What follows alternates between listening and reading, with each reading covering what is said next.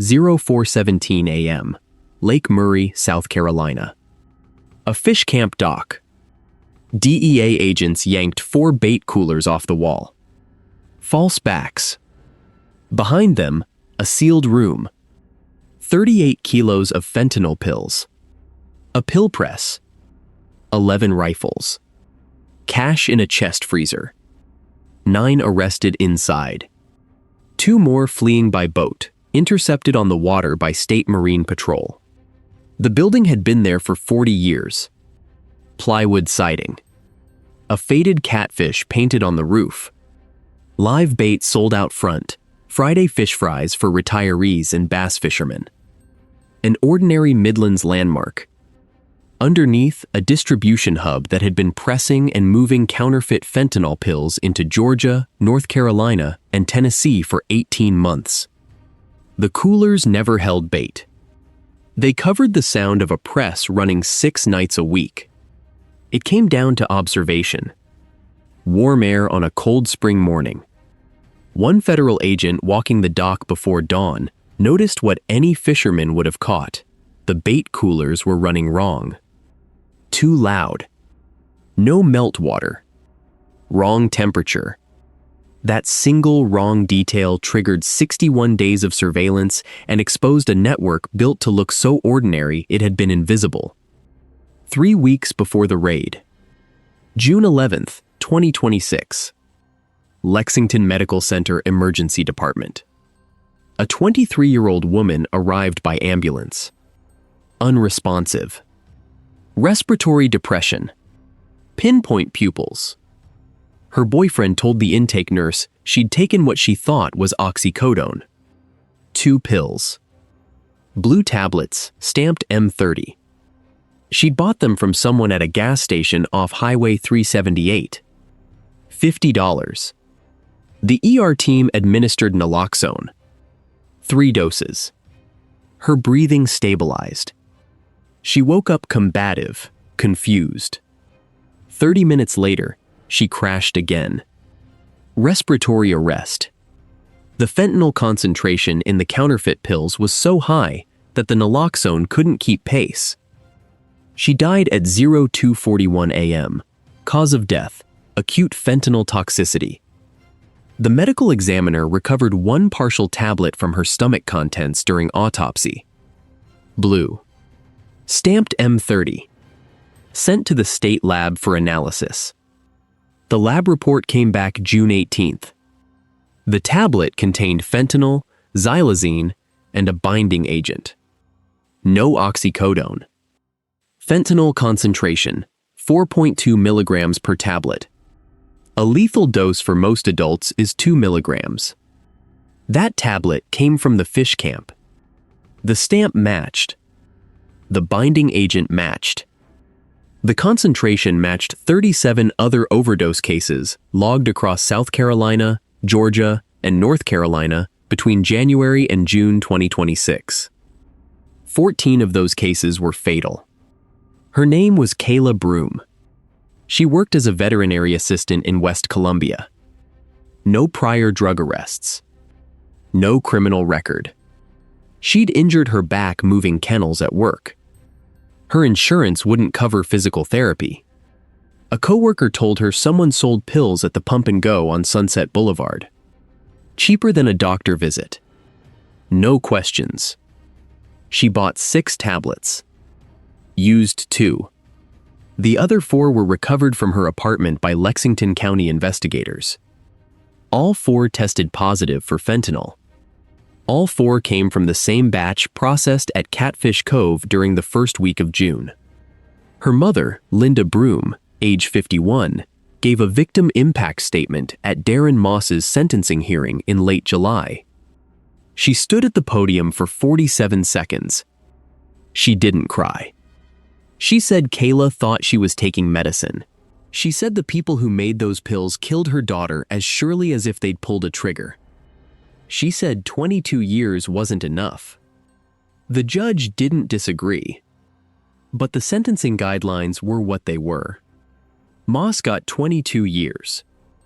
No parole. Kayla's case wasn't isolated. By the time the fish camp was raided, the pills it produced had been linked to 63 overdoses. 14 deaths. The victims ranged from 19 to 62 years old. A college student in Asheville, a construction worker in Greenville, a nurse in Knoxville, a high school teacher in Athens.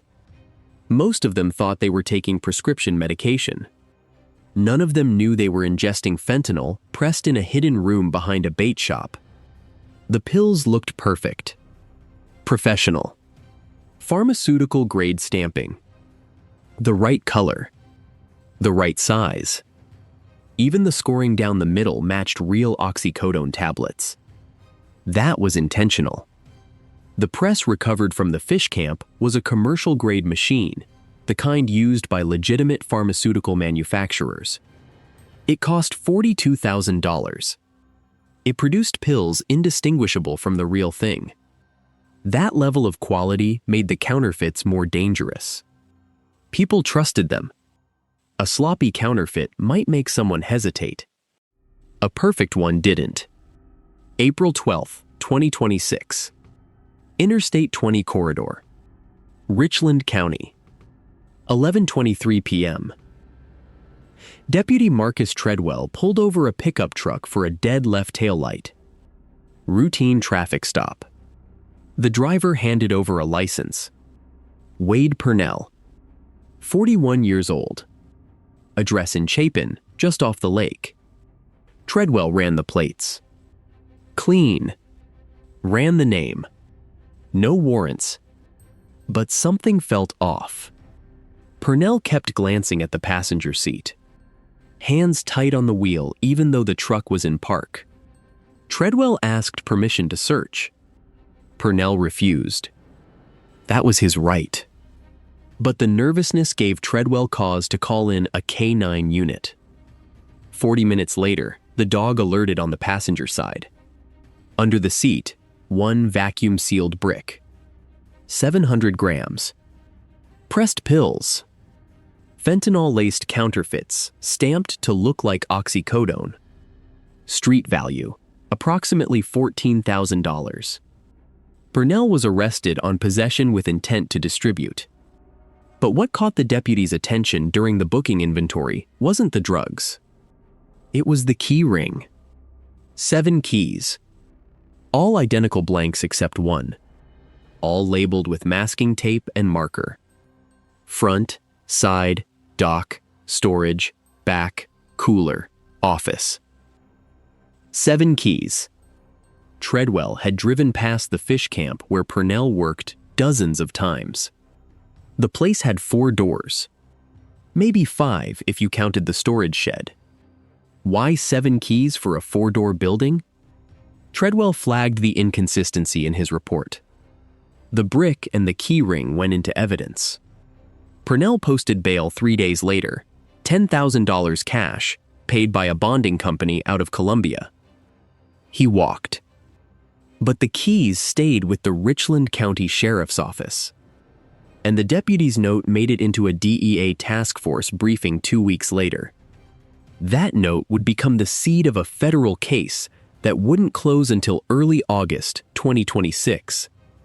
April 16, 2026. DEA Columbia Field Office.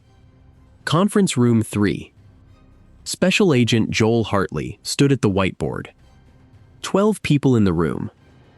DEA, SLED, Richland County Sheriff's Office. FBI Liaison. A federal prosecutor from the U.S. Attorney's Office. Hartley taped a photo of the key ring to the board. Circled 2 keys in red marker. Cooler and office. He said most bait shops didn't lock their coolers. They were outside. Accessible. Customers opened them themselves to pick out shiners or crickets. Locking them made no sense unless what was inside wasn't bait. The second red circle, office, also stood out. The fish camp didn't have an office. Not according to the property records. The building had 1 main room for retail, 1 back room for storage, and an exterior storage shed. No office, So what did that key open? Hartley laid out the evidence. Wade Purnell arrested with 700 grams of fentanyl pills. Purnell worked part-time at Catfish Cove Bait and Tackle. The key ring suggested spaces inside that building that didn't officially exist. The pills Purnell was carrying matched a batch linked to 3 overdoses in Colombia and 1 death in Irmo during the previous 6 weeks. The prosecutor asked the key question: was this one dealer working out of a bait shop, or was the bait shop itself the operation? Hartley said he didn't know yet, but he wanted to find out. The task force voted to open a preliminary investigation. Surveillance, financial records, property history. Hartley was assigned lead. SLED contributed 2 agents. The Richland County Sheriff's Office provided interdiction support and local intelligence. The goal: determine whether Catfish Cove was a front, a storage point, or something bigger. It took 6 days to get the financial records. The subpoena came back on April 22nd. Hartley spent 8 hours going through bank statements, invoices, receipts, tax filings.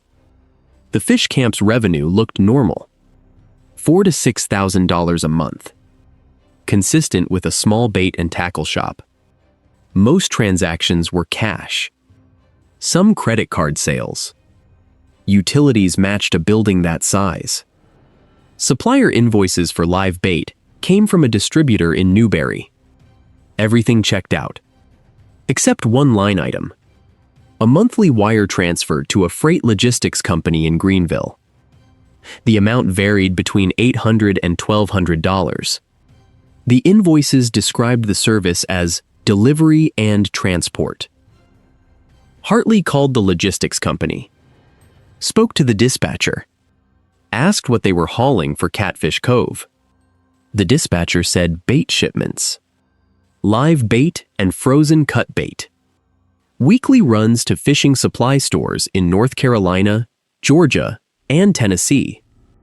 Routine stuff. Hartley asked how much they were moving per shipment. The dispatcher checked his records. Averaged about 120 pounds per load. 52 weeks a year. Call it 6,000 pounds annually. Hartley thanked him and hung up. Then he pulled comparative data. A typical bait shop moving regional product shipped 15,000 to 20,000 pounds a year. Catfish Cove was shipping a third of that, but paying freight costs in line with a much larger operation. That meant one of 2 things. Either the bait was extraordinarily valuable per pound, which made no sense for minnows and crickets, or the trucks weren't hauling bait. Hartley escalated to a full task force investigation on April 24th. The freight logs became a primary focus. DEA analysts pulled shipping records under subpoena. 93 shipments over 14 months. Drop-off addresses in Asheville, Knoxville, Athens, Greenville, and Spartanburg. Agents visited 4 of those addresses. 2 were legitimate bait and tackle stores. They confirmed receiving shipments from Catfish Cove. Live bait. Crickets. Shiners. Nothing unusual. But the other 2 addresses didn't check out. One was a self-storage facility in Asheville. The manager said a man rented a climate-controlled unit 14 months ago. Paid cash. 6-month leases, renewed twice. The renter picked up deliveries himself. The manager never saw what was inside the unit. The lease expired in March. The unit was cleared out. Nothing left behind. The 4th address was a mobile home in Spartanburg. Condemned. No one living there. The property owner said someone had been using it as a drop point without permission. He'd called the sheriff twice about vehicles coming and going at odd hours. Nothing ever came of it. 2 legitimate stores. 2 dead ends. The pattern suggested the logistics company was being used for both cover shipments, real bait to real stores, and concealed shipments to distribution points that moved frequently and left no trace. Hartley added the freight logs to the evidence file. The case was building, but they still didn't have eyes inside the fish camp. That would require surveillance. The fish camp sat on a 2-acre lot at the northwest edge of Lake Murray, just off State Road 391. 40-year-old building. Hand-painted sign out front. Catfish Cove Bait and Tackle. Owner of record. A limited liability company registered in 2021. Manager listed. Darren Moss. Age 53. Address in Irmo. The business had a reputation. Local. Quiet. Sold shiners and crickets. Rented John boats on weekends. Ran a fish fry every Friday evening from March through October. Retirees. Base tournament guys. Families. It was the kind of place you'd drive past without a second look. DEA Special Agent Joel Hartley pulled property records on April 23rd.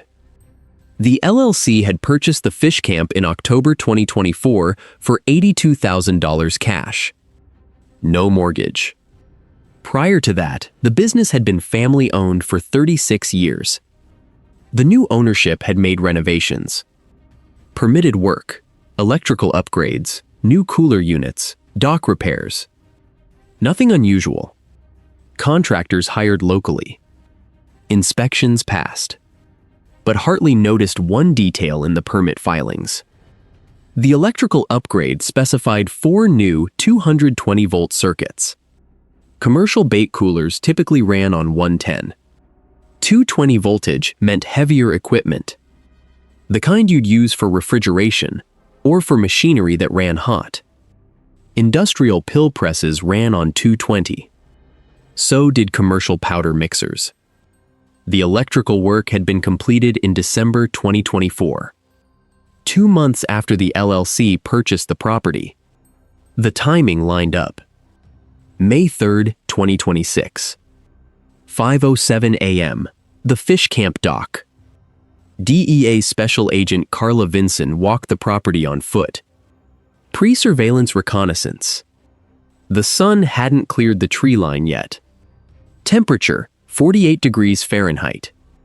Early spring cold. Lake mist, still sitting on the water. The fish camp was closed. No vehicles in the lot. Dock lights off. Vinson moved along the perimeter, documenting entry points, sight lines, potential camera placements for monitoring. She'd done this work for 11 years. Walked hundreds of suspect locations. Warehouses. Strip malls. Mechanics shops. Farms. She knew what to look for. Not just the obvious, vehicles, security cameras, reinforced doors, but the small details that didn't fit. A business that should be busy, but wasn't. A rural property with too much electrical infrastructure. A building that looked abandoned, but had fresh tire tracks in the gravel. She walked onto the dock. Plywood boards. Aluminum railings.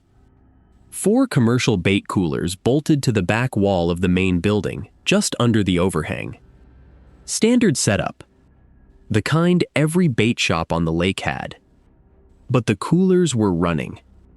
Compressors loud. Fans roaring. At 5 a.m. on a 48-degree morning, the coolers were working hard. Vinson stopped. She'd grown up fishing the Santee Cooper Lakes. Her father ran a bait shop in Monk's Corner for 23 years.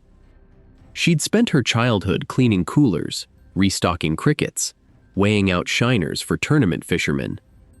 She knew bait coolers. In cold weather, you didn't run them full blast. You barely ran them at all. Minnows and shiners could survive in 50-degree water without refrigeration. Running coolers this hard in spring was a waste of electricity, and it would freeze the bait solid. She looked down. No water on the dock boards. Bait coolers leaked. Ice melted. Even well-sealed units dripped condensation. But the wood under these coolers was dry, She stepped closer. Put her hand near the vent on the side of one unit. Warm air. Not cold. Warm. The coolers weren't cooling. They were running to cover noise. And whatever was making that noise was generating heat. Vincent pulled out her phone. Took photos. Thermal imaging. Sound level meter app. The compressor noise registered at 72 decibels. Loud enough to mask a conversation. Loud enough to mask machinery. She stepped back from the coolers and listened.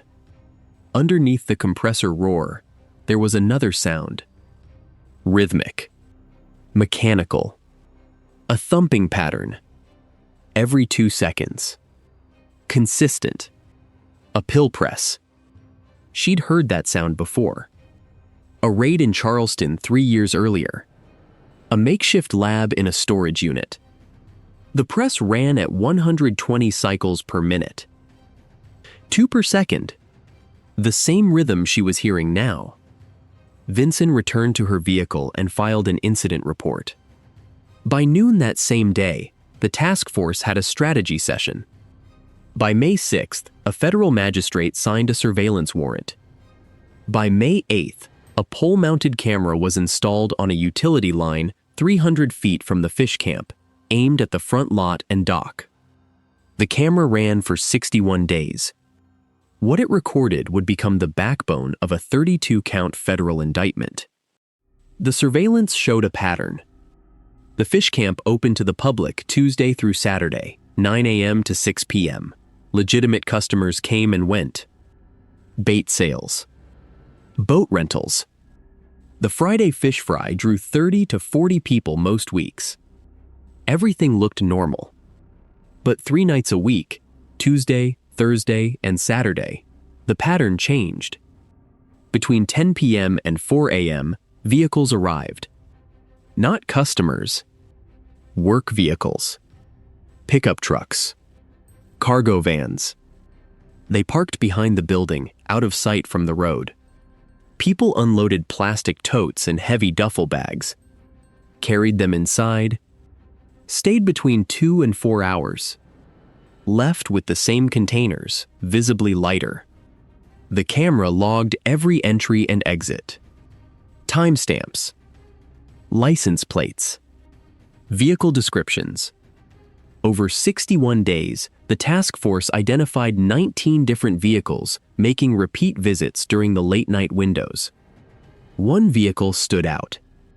A white panel van. No company markings. Georgia plates. It arrived every Tuesday night between 11 p.m. and midnight. Stayed 3 to 4 hours.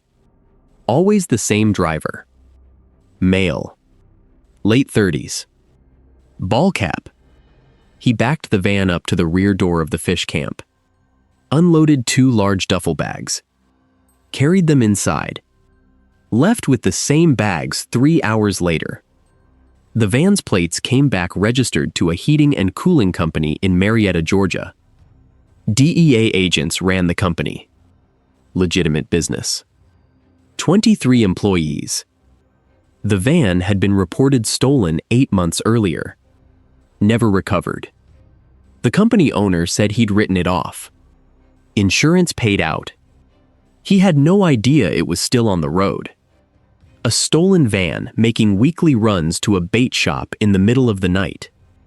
That van became a priority target. DEA coordinated with Georgia Bureau of Investigation.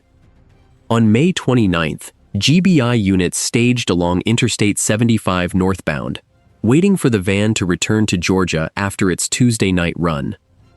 03:42 a.m. The van crossed into Georgia at the state line. GBI let it run for 12 miles. Then 2 unmarked units boxed it in and forced a stop near the Livonia exit. The driver was arrested. His name, Carl Eugene Dempsey. Age, 37. Address in Atlanta. No prior criminal record. He worked as a freelance courier. He said a man paid him $800 per trip to pick up packages in South Carolina and deliver them to an address in North Atlanta. He didn't know what was in the packages. He didn't ask. The duffel bags in the back of the van contained 11 vacuum-sealed bricks. Total weight, 8.3 kilograms. Pressed fentanyl pills. Stamped M30. Approximately 20,000 tablets. Street value, $400,000. Dempsey was charged with trafficking. Held without bail. He took a plea deal 4 days later. In exchange for testimony and cooperation, his sentence was reduced to 12 years. He gave up the name of the man who hired him. He gave up the delivery address in Atlanta. He gave up the schedule, every Tuesday for the past 9 months. That address in Atlanta led to 3 more arrests. A distribution network operating out of a used car lot in College Park. The DEA seized another 42 kilograms of pills during that raid. All of them traced back to Catfish Cove. The poll camera captured license plates on 19 different vehicles over the 61-day surveillance window. Registered across 3 states. South Carolina, Georgia, North Carolina. Owners included a landscaping company, a heating and cooling contractor, a mobile detailing service, a church van registered to a congregation in Spartanburg. None of these organizations had any obvious connection to a bait shop, but they all made regular late-night visits. DEA analysts cross-referenced the plate data with known drug distribution networks in the Southeast. 4 of the vehicles had been spotted at previous interdiction stops. 2 had been linked to cartel-affiliated supply chains operating out of Atlanta. 1 van had been stopped at a checkpoint in Gwinnett County 8 months earlier. No contraband found. Driver released. The task force now had a working theory.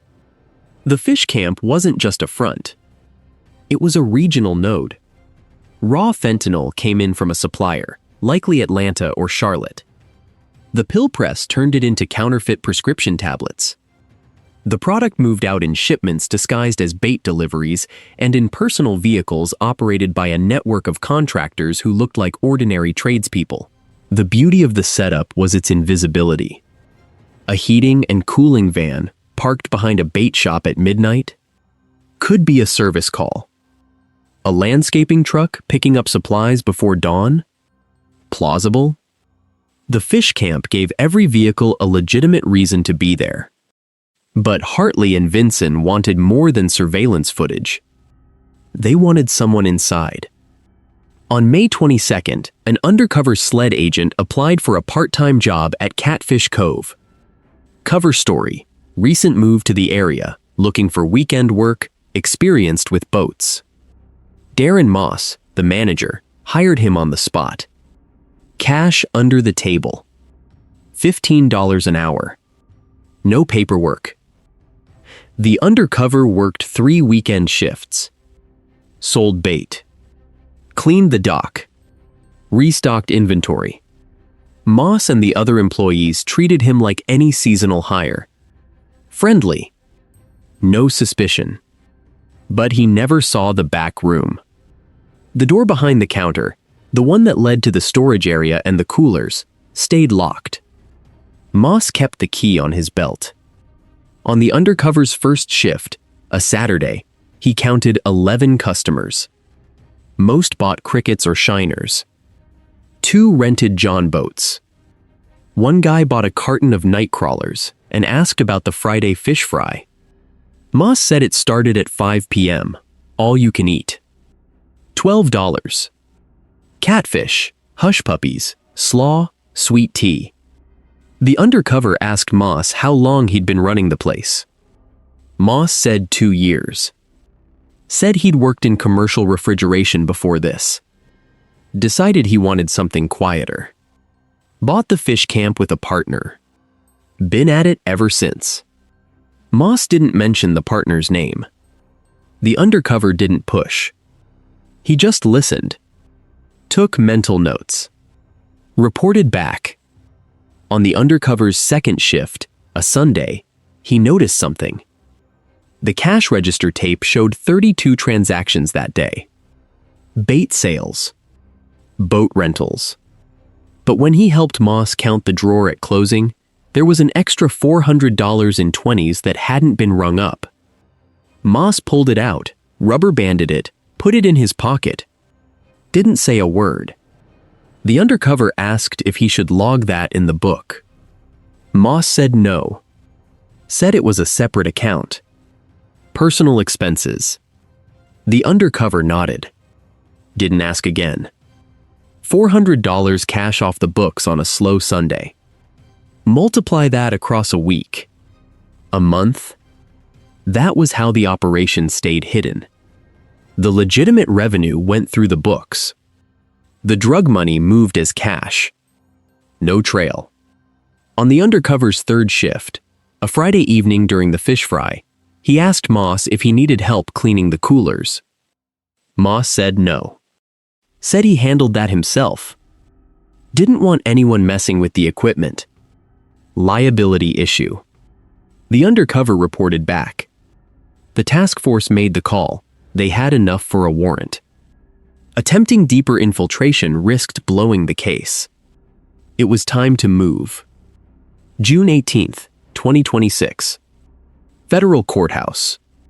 Columbia, South Carolina. U.S. Magistrate Judge Carolyn Matthews reviewed the warrant application. 63 pages. Affidavits from Hartley and Vinson. Surveillance logs. Financial records. The undercover's reports. Testimony from Carl Eugene Dempsey. Lab analysis linking the fish camp's pills to 14 overdose deaths. The warrant requested authorization to search the premises of Catfish Cove Bait and Tackle. Seize any controlled substances, drug manufacturing equipment, firearms, currency, records, and electronic devices. Detain any persons found on site during execution. Judge Matthews asked one question: was there any indication of armed resistance? Hartley said the surveillance had not observed weapons being carried into or out of the building. But the financial records showed purchases from a firearms dealer in Lexington. 4 transactions over 6 months. Total value, $18,000. The assumption was that weapons were on site. Judge Matthews signed the warrant. Execution authorized any time within 14 days. The task force set the target date, July 4th weekend. Here's what kept me turning this case over. The fish camp had been operating in plain sight for 18 months. Hundreds of customers. Regular health inspections for the fish fry. A county deputy probably drove past it twice a week on patrol. And no one noticed. That's not failure. That's strategy. The operators understood something most people miss. Stealth draws attention. Routine doesn't. A locked warehouse in an industrial park gets flagged. A fish camp with a hand-painted catfish on the roof. That's just local color. The health inspector who cleared the fish camp for the Friday fish fries came in twice a year. March and September. Standard food service inspection. He checked the fryer temperature, the refrigeration units, hand washing stations, food storage. He never went into the back room. Moss told him it was just bait storage. The inspector had no reason to look. The fish fry passed every time. The Richland County deputy who patrolled State Road 391 drove past the fish camp an average of 4 times per week, according to his route logs. He'd stopped there once, April 2nd, 2026, to buy crickets for his nephew's fishing trip. He paid cash. Moss handed him a container of crickets and a receipt. The deputy left. He didn't notice anything unusual. A local reporter did a story on Lake Murray businesses in February 2026. She interviewed Moss for a piece on family-owned bait shops adapting to corporate competition. Moss said business was steady. Regulars kept him going. The fish fry was popular. He loved being on the water. The article ran with a photo of Moss standing on the dock, holding a bucket of shiners, smiling. 3 months later, that same dock would be a federal crime scene. The task force drafted the raid plan in mid-June. Target date, July 4th weekend. Rationale: the fish camp would be closed for the holiday. Reduced risk of civilian presence. But the operators would likely be working. July 3rd was a Thursday, one of the regular production nights. Coordination involved 4 agencies. DEA provided the lead team. SLED contributed tactical officers. Richland County Sheriff's Office handled perimeter security and road closure. South Carolina Department of Natural Resources deployed Marine Patrol to cover the lakeside in case anyone tried to flee by water. The briefing took place on July 2nd at the SLED Regional Office in Columbia. 37 agents and officers. Hartley stood at the front of the room. Floor plan of the fish camp projected on the screen behind him. He walked through the entry points. Front door, main retail area. Side door leads to dock. Rear door, loading area behind the building. All 3 would be covered. 12-agent breach team entering through the front. 4 agents securing the rear. 2 agents on the dock. Marine Patrol on the water. The primary concern, fentanyl exposure. If the press was running, there could be airborne powder. Respirators mandatory. Nitrile gloves. Full Tyvek suits for anyone handling evidence. Naloxone kits on every agent. One question came from a SLED officer. What about the customers? If someone showed up during the raid? Hartley said the fish camp was closed for the holiday. But if a civilian vehicle entered the lot, the perimeter team would intercept and turn them away. No exceptions. No one gets close to the building until it's secured. Another question. Rules of engagement if armed suspects were encountered? Standard protocol. Commands given. Weapons visible. Agents authorized to respond with appropriate force. No shots fired unless a clear threat to life. Every agent equipped with body cameras. Everything recorded. The briefing lasted 90 minutes. At the end, Hartley said one thing. This operation had taken 3 months to build. 61 days of surveillance. 14 overdose deaths linked to the product coming out of that building. The people inside weren't bait shop employees. They were manufacturers. Distributors. They'd poisoned their own community for a year and a half. And tomorrow, it ended. One obstacle nearly derailed the operation. On July 1st, 72 hours before the planned raid, Darren Moss called the Richland County Planning Department. He filed an application to expand the fish camp's dock, add 8 more boat slips, enlarge the covered area. A planning inspector scheduled a site visit for July 7th. That meant Moss would be cleaning, organizing, possibly moving equipment. If he discovered the pole camera or noticed signs of surveillance, the entire network could vanish. The task force had 2 options. Move the raid up by 2 days, hit the location on July 2nd, before Moss started prep work. Or hold the plan and risk exposure. Hartley made the call. Hold. Moving up the raid meant less coordination time, less preparation, higher chance of something going wrong. The pole camera was well concealed. Moss had no reason to look for it.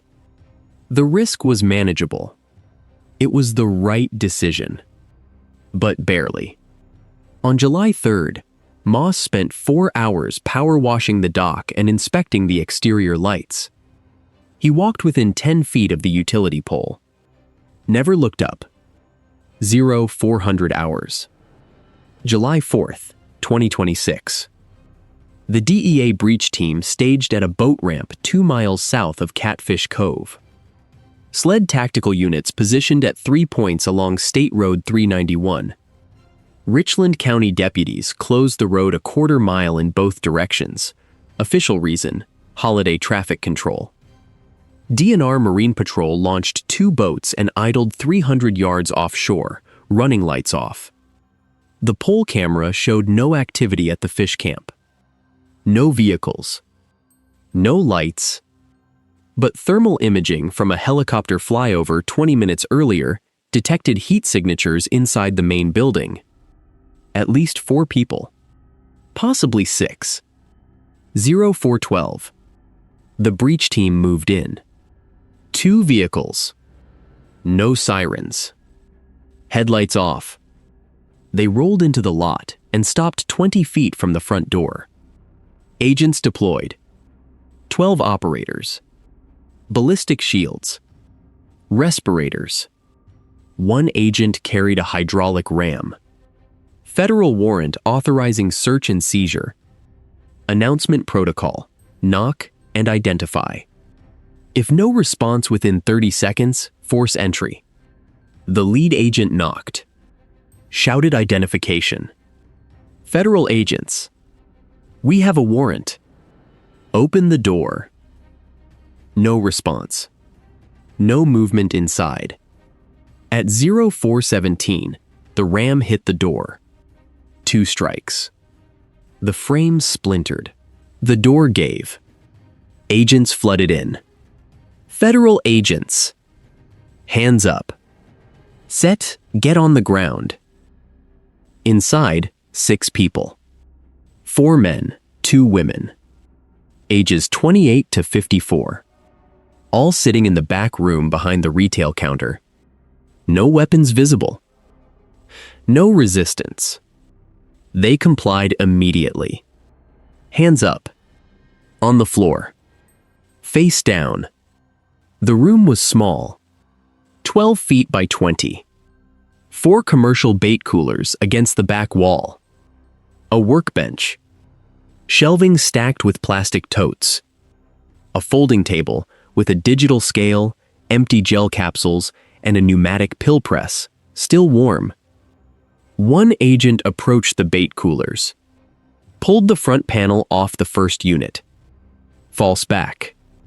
The panel lifted away to reveal a hidden space. Behind it, a room roughly 8 feet deep, running the width of the building. Inside that concealed space, 38 kilograms of pressed fentanyl pills in vacuum-sealed bags. Approximately 95,000 individual tablets. Street value estimated at $1.9 million. The pills were stamped with M30 markings, counterfeits designed to look like prescription oxycodone. Also recovered, a commercial pill press capable of producing 2,000 tablets per hour. 11 rifles, including 2 AR-15 style rifles, and 1 Remington 700 bolt-action with a scope. 9 handguns. $212,000 in cash, rubber banded in stacks of 10,000, stored in a chest freezer. 4 cell phones. A ledger listing dates, weights, and 3-letter codes that investigators would later identify as delivery routes. The press was still running when agents entered. The compressor noise from the fake bait coolers had masked the sound. 1 agent shut it down. Evidence techs photographed everything before it was moved. 3,700 photos taken during the 6-hour evidence collection. Outside, 2 more suspects tried to flee. They ran to the dock and jumped into a bass boat tied at the slip. The engine started on the first pull. They cleared the dock and opened the throttle. The DNR Marine Patrol intercepted them 400 yards offshore. Spotlight. Loudspeaker.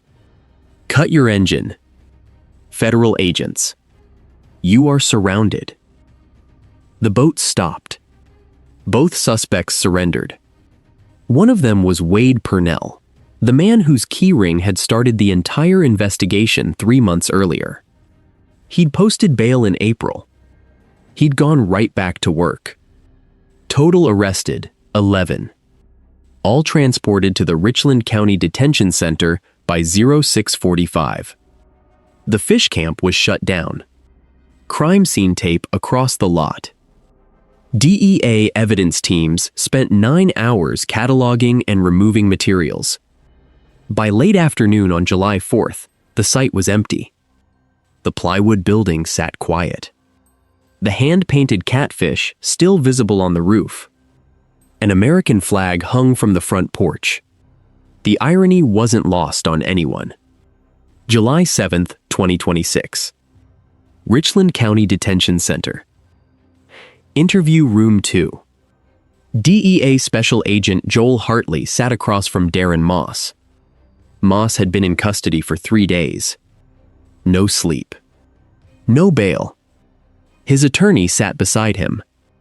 A public defender from Columbia. Young. Looked tired. Hartley laid out the evidence. 38 kilos of fentanyl. 93 shipments. 14 deaths. $212,000 in cash. The ledger with delivery routes. Witness testimony from Carl Dempsey. Surveillance footage showing Moss entering and exiting the fish camp on 19 separate late-night production runs. Hartley said the U.S. attorney was offering one deal. Full cooperation. Names of suppliers. Distribution contacts. Financial backers. In exchange, 20 years instead of life. Moss said nothing for 41 seconds. Then he looked at his attorney. The attorney said they needed time to consider. Hartley said they had 72 hours. After that, the deal disappeared and Moss went to trial. The attorney asked what cooperation meant. Full testimony? Witness stand? Hartley said yes. Testimony against anyone Moss could identify in the supply chain. Moss would also have to provide documentation. Financial records. Communication logs. Anything that tied the operation to its suppliers. Moss leaned back, looked at the ceiling, said he didn't know the suppliers. Said a man contacted him in 2024. Offered him $50,000 to manage a business. All Moss had to do was keep the fish camp running during the day and let certain people use the back room at night. He didn't ask what they were doing. He didn't want to know. Hartley asked who the man was. Moss said he never got a name. They met twice. Both times in a parking lot in Columbia. The man paid cash. Gave Moss a phone number. Told him someone would be in touch. Hartley didn't believe him. He said Moss ran the operation for 18 months. Handled over 200 kilos. Moss had to know more than a parking lot contact. Moss said, "Believe what you want." That's all I've got. The interview ended. Moss was returned to his cell. 3 days later, his attorney called. Moss was rejecting the deal. He'd take his chances at trial. Hartley wasn't surprised. Cooperating witnesses in cartel-adjacent cases often ended up dead, even in federal custody. Moss knew that. He chose 22 years in prison over a target on his back. Federal prosecutors filed charges on July 9th. 32 counts across 11 defendants. Conspiracy to distribute a controlled substance. Possession with intent to distribute. Maintaining a drug-involved premises. Unlawful possession of firearms in furtherance of a drug trafficking crime. The ledger recovered from the fish camp detailed shipments going back 14 months. 17 routes. Cities in Georgia, North Carolina, and Tennessee. Estimated total product moved through the network, 260 kilograms. More than 500,000 individual pills. 4 defendants took plea deals by mid-July. Cooperation agreements. Testimony in exchange for reduced sentences. What they described matched what the surveillance had shown. Raw fentanyl powder arrived from Atlanta twice a month. A courier brought it in 5-kilogram loads. The fish camp pressed it into tablets. The tablets moved out in shipments disguised as bait deliveries and in personal vehicles driven by contractors who were paid $500 per trip. One of the cooperating defendants, a 29-year-old woman named Jessica Collier, had worked as a press operator. She ran the machine 6 nights a week, 12-hour shifts. She was paid $3,000 a week in cash. She'd been doing it for 11 months. During her debriefing, she told investigators the press could produce 2,000 pills per hour. On a typical night, they ran it for 8 to 10 hours. That's 16 to 20,000 pills per session. 6 sessions per week. Approximately 100,000 pills weekly. Over 18 months, the fish camp had likely produced close to 7 million tablets. The DEA had recovered 95,000. The math on what was still out there was staggering. Darren Moss, the manager, refused a plea. His case went to trial in late July. The jury deliberated for 6 hours. Guilty on all counts. Sentencing, 22 years federal prison. No parole. Wade Purnell, the man stopped on Interstate 20 in April, cooperated. He'd been a delivery driver. 12 runs over 6 months. He identified 3 suppliers and 2 distribution points in Georgia. Sentencing, 5 years. The remaining defendants received sentences ranging from 8 to 18 years. But here's what stays with me. The fish camp had processed over 260 kilograms in just over a year. That's approximately 650,000 pills. Investigators recovered 38 kilograms at the raid. That leaves 222 kilograms unaccounted for. 555,000 pills. Already sold. Already distributed. Already in circulation. The DEA estimates that 1 kilogram of fentanyl contains enough lethal doses to kill 500,000 people. The math on what left that fish camp is staggering. The arrests stopped the operation. They didn't undo what had already moved. And that brings up the question no one wants to ask out loud. How many other ordinary buildings are doing the same thing? The fish camp wasn't an anomaly. It was a model. Simple. Low profile. Hidden in plain sight. It worked for 18 months before one deputy noticed too many keys on a key ring. The contractors who made the deliveries, landscapers, HVAC techs, mobile detailers, most of them had no prior criminal record. They weren't career criminals. They were ordinary people earning an extra $500 for a 2-hour drive. That's the vulnerability.